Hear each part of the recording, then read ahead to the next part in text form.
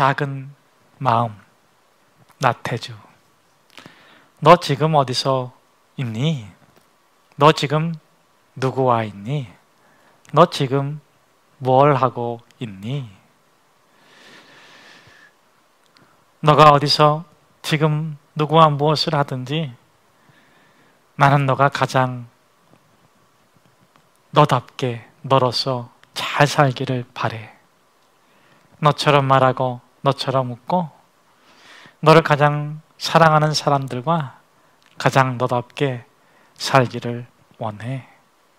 이것이 내 뜻이야. 너를 사랑하는 작은 나의 마음이란다. 나는 가장 나답게 살기로 했다. 나는 가장 나답게 살기로 했다. 왜냐하면 나를 창조해 주신 하나님께서 하나님의 형상과 모양으로 창조해 주셨는데 그게 가장 나다운 나이기 때문이다. 저는 저와 여러분이 우리가 그리스도 예수 안에서 누리는 가장 큰 축복은 하나님의 형상과 모양으로 창조된 우리가 우리의 모델이신 예수님처럼 그렇게 아름답고 고귀하고 존귀하게 살 수 있다는 것입니다. 세상은 우리를 밀어내죠. 우습게 보죠. 업신여기죠. 때로는 우리에게 고난도 주고 아픔도 주고 우리를 자꾸 흔들어서 넘어지게 하고 자빠지게 합니다. 어느 때는 우리 안에 분노를 일으키고 좌절을 일으키고 정말 우리가 독사처럼 독을 내뿜는 그런 행동도 하게끔 우리를 자꾸 무너뜨리려고 합니다. 여러분, 그럴 때마다 여러분 예수 그리스도 안에 있는 여러분 자신을 어디서 회복하십니까? 어떻게 여러분 자신을 가장 여러분답게 다시 정비를 하시나요? 오늘 사도 바울과 그 일행들은 그렇게 가장 자기다운 모습으로 하나님의 형상과 모양으로 다시 회복하기 위하여 기도하러 가고 있습니다. 당신은 어디로 가고 있습니까? 뭘 하러 가나요? 누구하고 그거를 할 건가요? 저는 저와 여러분이 어디서 누구와 무엇을 하든지 하나님의 영광을 나타내는 가장 존귀한 존재가 되기를 축복합니다. 여러분, 기도가 뭐예요? 여러분, 기도하세요. 여러분, 기도가 뭡니까? 기도는 많은 것으로 정의할 수 있지만 기도는 하나님과의 만남입니다. 우리가 어디서 누가 무엇 하든지 우리는 예수 그리스도의 제자로서 하나님의 형상과 모양을 다 소유한 자로서 가장 아름답게 가장 멋지게 하나님께 영광 올려드릴 수 있기를 주의 이름으로 축복합니다. 자, 이 사도 바울과 누가의 표현대로면 우리가 그 사도 바울의 일행들은 세상에서 지치고 깨지고 힘들고 어려운 그 삶을 겪고 나서 다시 하나님의 존귀한 사람으로 회복하기 위해서 기도하는 곳으로 가고 있습니다. 그런데 여러분, 기도하는 곳이 있다는 것이 얼마나 행복한지 모릅니다. 제가 여러분들에게 한번 묻습니다. 한번 여러분 자신에게 스스로 답해 보세요. 여러분이 기도하는 장소가 있습니까? 예, 그렇죠. 성전. 일주일에 한번 오는 성전, 여러분이 자주 오시기를 바랍니다.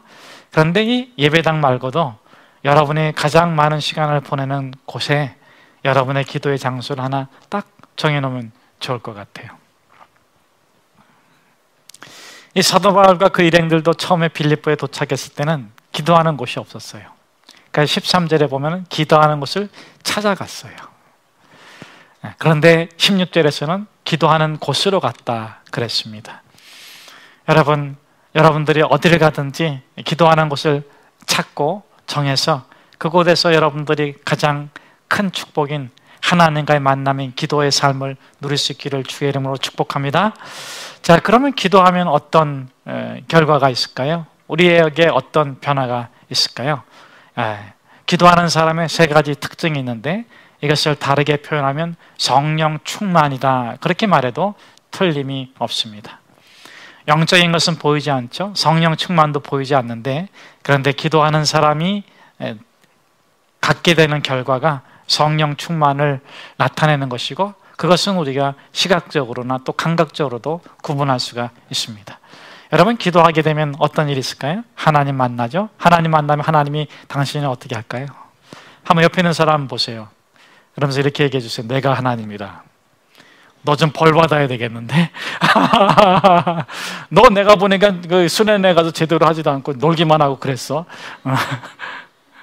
하나님이 그러실까요? 네. 하나님 우리의 모든 것을 아시지만, 하나님 우리를 딱 만나면, 우리가 기도 가운데 또 찬양 가운데도 하나님을 딱 만나면 하나님께서 우리를 환대해 주세요. 우리의 있는 모습 그대로 우리의 전부를 환영해 주시고 기뻐해 주시는데, 그런데 이상하게도 신비하게도 하나님을 만나는 순간에 우리의 어둠과 절망과 좌절과 죄악과 그런 악행들은 다 사라져버려요. 눈 녹듯이 녹아져 내리고, 우리 안에 하나님을 만나는 순간에, 그 하나님의 환대를 받는 순간에 그 환희가 일어납니다. 첫째는 환희, 두 번째는 온유, 세 번째는 뭐냐면, 하나님을 보고 만나고 경험하는 순간 하나님의 영광이 임하는데, 그것은 단지 영광으로 임하는 것이 아니라 내가 또한 하나님의 영광을 위해 살아야 되겠다 하는 영광스러운 삶으로 선택하기를 원하는 마음이 생겨요. 소명일 수도 있고 사명일 수도 있고, 내가 정말 지금처럼 살면 안 돼. 내가 정말 하나님께 영광 올려드리는 삶을 살아야지. 내가 하나님 부르신 대로 살아봐야지. 내가 멋지게 살아야지. 야, 너 조금 전까지 엉망이었잖아. 괜찮아. 하나님이 나를 새롭게 해주셨어.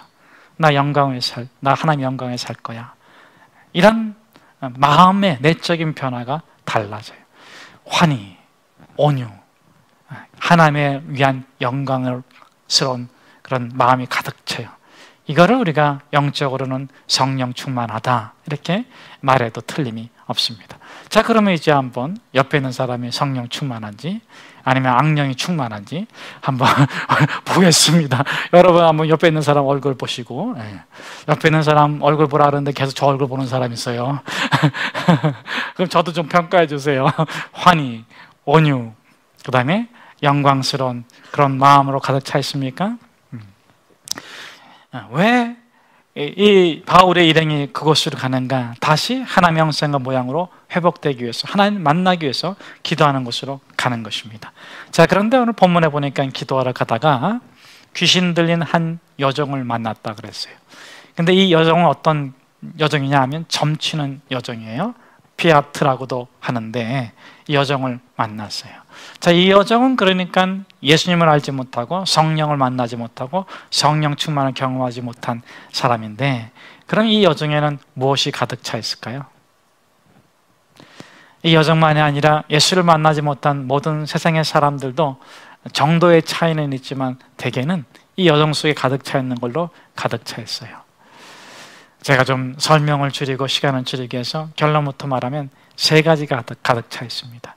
성령 충만한 사람도 그 마음에 세 가지가 가득 차 있다 그랬죠. 환희, 온유, 영광. 그런데 성령이 없는 사람들의 마음속에도, 세상 사람들 마음속에도 세 가지가 있어요. 뭐가 있냐면 기가 있는데, 첫째 돕기, 둘째 살기, 세 번째 죽기.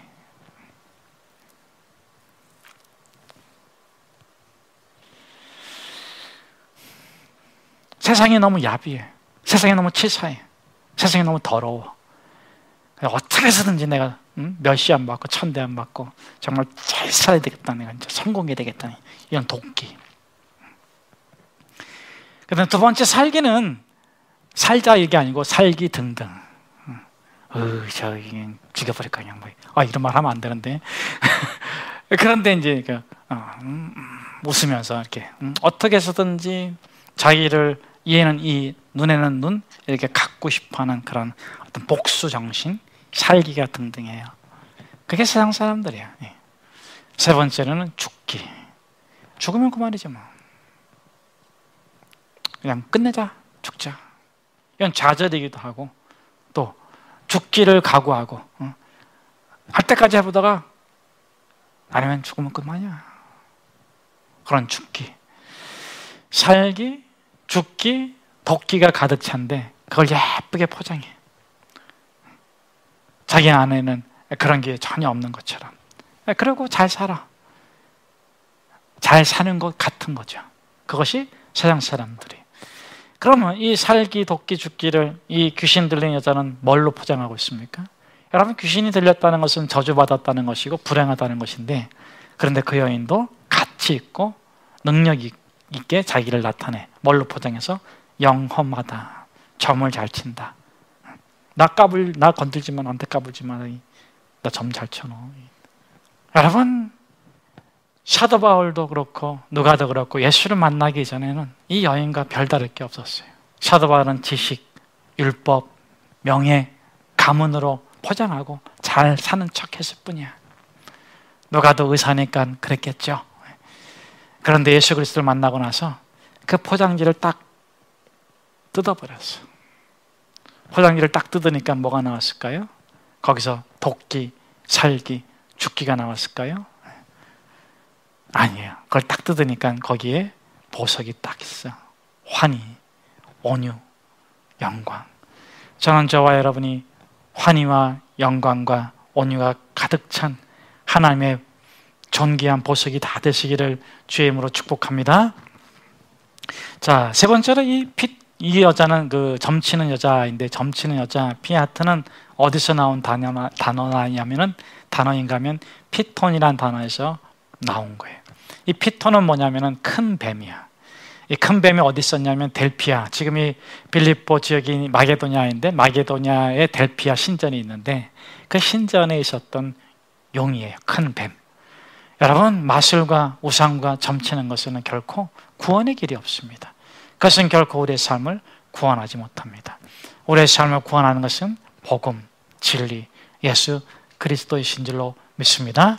자, 그렇다면 과연 이 점치는 여인에게는 구원의 사건이 일어났습니까? 바울이 지극히 높으신 하나님의 종으로서 구원의 길을 너에게 전한다, 이렇게 말하면서 바울을 따라다녔어요. 따라다녔다, 괴롭혔다, 여러 날을 그렇게 했다 했는데, 그런데 바울이 그 여인을 구원해 주지 않았어요. 물론 이제 그 다음에는 구원해 주지만 왜 그랬을까요? 여러분, 구원에는 때가 있어요. 은혜에도 때가 있고 구원에도 때가 있어요. 그래서 여러분들이 혹시 누군가를 구원하기 위해서 복음을 전할 때 상대방이 복음을 듣지 않는다고 해서 실망하지 마세요. 여러분이 포기하지 않고 기도하면 하나님께서 구원의 때를 열어주실 거예요. 그때 그 영혼이 구원받을 줄로 믿습니다. 저는 이제 한번 다시 여러분에게 한번 도전해보고 싶어요. 여기서 구원받은 사람 한번 손 내려보세요. 하나님 맞는 사람 한번 손 내려보세요. 그런데 여러분들이 다 구원받았다고 그렇게 알고 믿고 있는데, 제가 한번 이렇게 물어볼게요. 여러분 구원을 누리고 있습니까?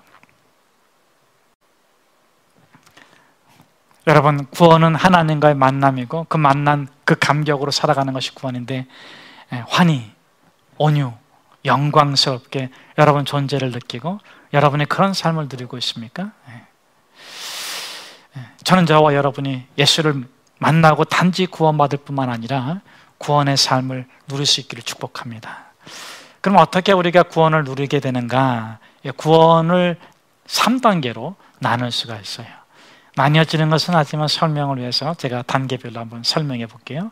첫째는 하나님 만나고 하나님 나라 안으로 들어가는 거예요. 우리 한번 자막이 나왔는데 같이 한번 읽어보겠습니다. 시작. 그러나 내가 하나님의 성령을 힘입어 귀신을 쫓아내는 것이면 하나님의 나라가 이미 너에게 임하였느니라.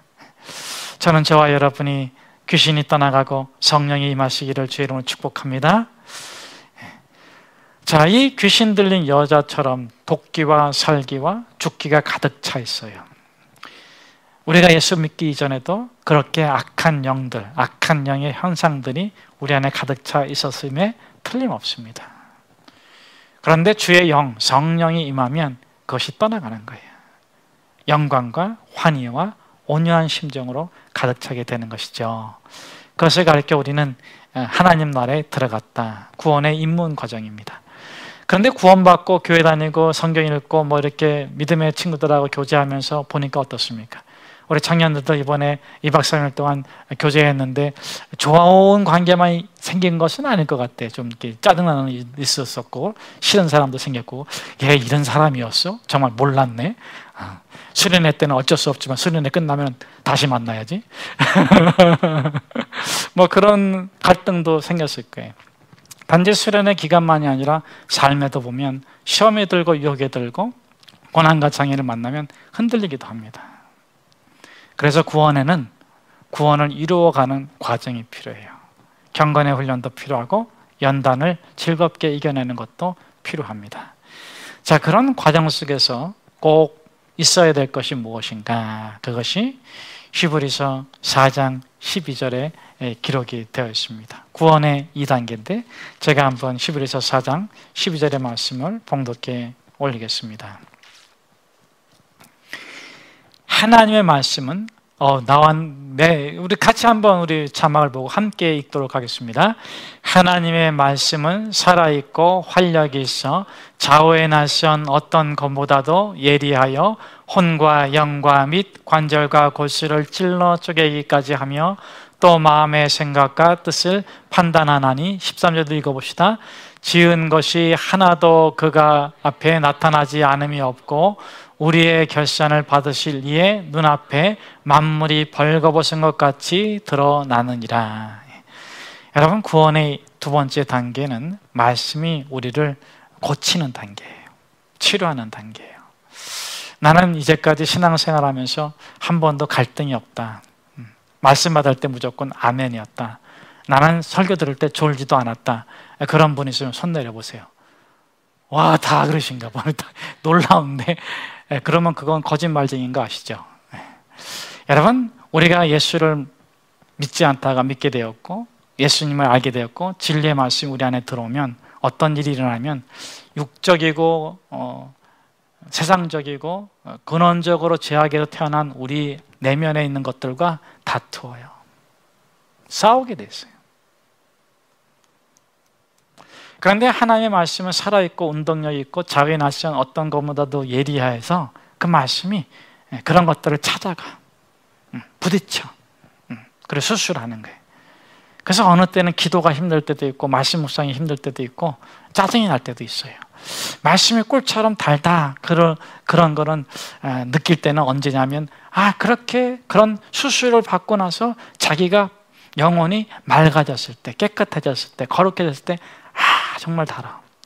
그런데 그런 것을 이렇게 지적하면 말씀이 톡톡 건드면 짜증나고 힘들고 싫어. 교회 가기도 싫고 청년부 가기도 싫고 사람들하고 만나기도 싫고 찬양하라 그러는데 내가 괜히 찬양팀에 들어가가지고 이거 안 했으면 오늘 내가 그냥 유튜브 보면서 잘 지낼 것 같다가 막 이런 게 있어요. 근데 여러분, 그것이 정상이다. 그것이 두 번째 과정 속에 있다. 그렇게 우리가 보면 됩니다. 여러분, 내가 이만큼 잘했어. 이만큼 훌륭해. 이제는 더 이상 훈련받을 게 없다. 그러는데 어느 날 또 말씀이 톡 와서 건드려요.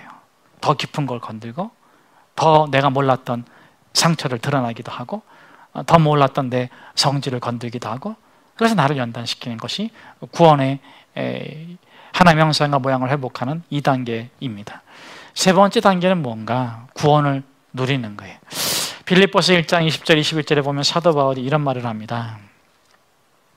자, 그 세대로 가기 이전에 이렇게 말씀이 우리 안에서 역사하고 하면 우리가 어떤 삶을 사냐면은 로마서 12장 1절 2절에 있는 말씀처럼 그러므로 내 사랑하는 형제들아 너희 몸을 하나님이 기뻐하시는 거룩한 산 제사로 드리라. 이는 너희가 드릴 영적 예배니라. 마음으로만 믿는 단계에서 삶으로 실천하는 단계로 되고 삶을 하나님께 산 제물로 드리는 단계가 돼요. 그리고 그 다음에 이제 분별하는 단계 되죠. 너희는 하나님의 드리라. 이는 너희를 향하신 하나님의 뜻이니라. 너희는 마음을 새롭게 함으로 어떻게? 변화를 받아. 하나님의 선하시고 기뻐하시고 온전한 뜻이 무엇인지 분별해라.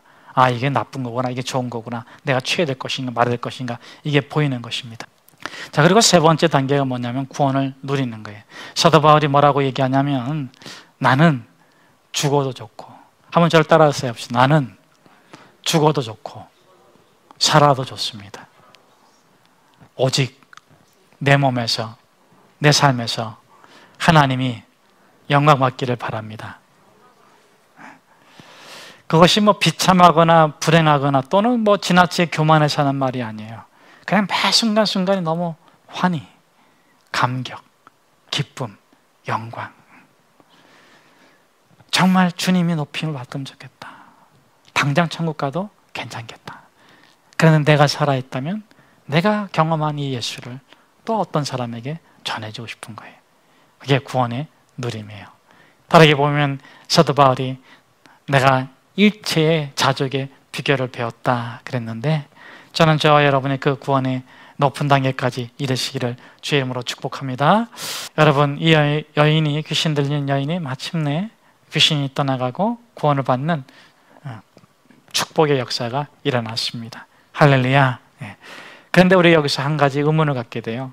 왜 고쳐줄 거면, 구원해 줄 거면 처음부터 하지 여러 날을 미뤘을까? 두 번째 의문은 왜 괴로워했을까? 여러분, 왜 괴로워했을까요? 첫 번째 이유는 고쳐주기 전에 이제 바울이 괴로운 이유죠.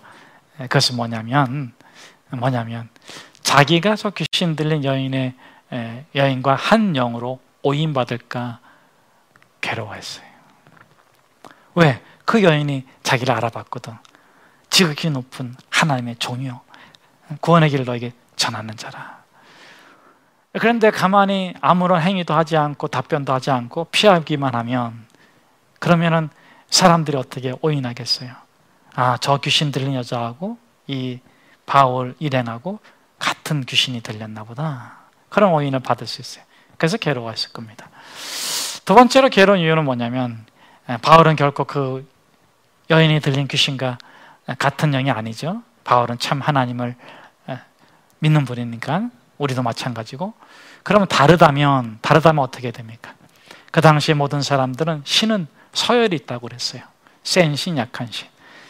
그래서 그렇게 따라다니면서 말하는데 제지하지 못하거나 쫓아내지 못하면 서열에서 하위에 있는 하등한 신이 되는 거예요. 하나님은 결코 그 귀신보다 못한 존재가 아닌데 그렇게 사람들로부터 오인받을 것으로 인해서 괴로워해요. 자, 세 번째 괴로운 이유는 뭐냐면 바울이 심히 괴로워했다. 뭐 때문에 심히 괴로워했을까요? 당장 이 여인을 고쳐주고 싶어요.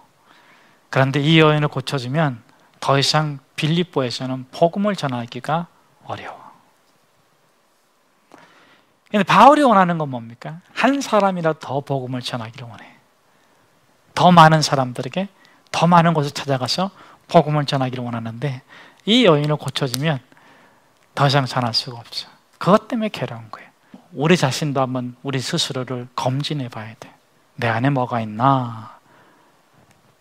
한번 오른손 한번 들어보세요. 반짝반짝반짝. 가슴에 한번 올려보세요. 검진기예요. 여러분 안에 뭐가 느껴져요? 혹시 도끼? 살기? 죽기? 안 돼! 여러분 안에 올려보세요. 불안, 두려움, 염려, 질투, 분노, 절망, 좌절, 그런 거 있어요? 그러면 조용히 이렇게 축복해 주세요. 괜찮아, 괜찮아. 여러분 자신을 축복해 주세요. 내가 예수 그리스도의 이름으로 명하노니 성령의 충만을 받아라. 너는 기쁜 사람이야. 너는 거룩한 사람이야. 너는 복된 사람이야.